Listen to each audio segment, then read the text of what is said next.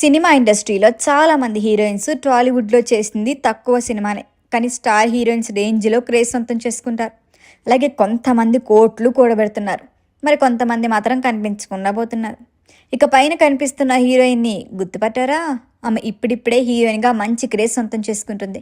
చిన్న చిన్న పాత్రలు చేసి ఇప్పుడు క్రేజీ హీరోయిన్గా మారింది. ఈ అమ్మడి హీరోయిన్ మాత్రమే కాదు, డాక్టర్ కూడా.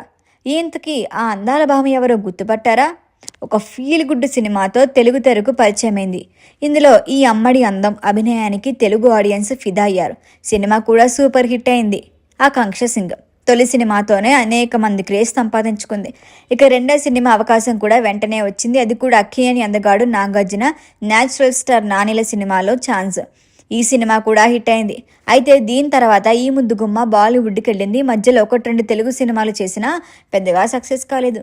పలు హిందీ, కన్నడ, తమిళ సినిమాలు నటించి మెప్పించిన ఈ అందాల తార చాలా గ్యాప్ తర్వాత మళ్ళీ తెలుగు ఆడియన్స్ను పలకరించింది. ఇటీవల కొత్త కారు కూడా కొనుక్కున్న ఈ ముద్దుగుమ్మ మరెవరో కాదు, ఆకాంక్ష సింగ్. ఇలా అంటే గుర్తుపట్టకపోవచ్చు, కానీ అక్కినేని సుమంత్ నటించిన ఫీల్ గుడ్ మూవీ మళ్ళీ రావా హీరోయిన్ అంటే కళ్ళ ముందు ఇట్టే ఓ అందమైన రూపం మెదులుతుంది.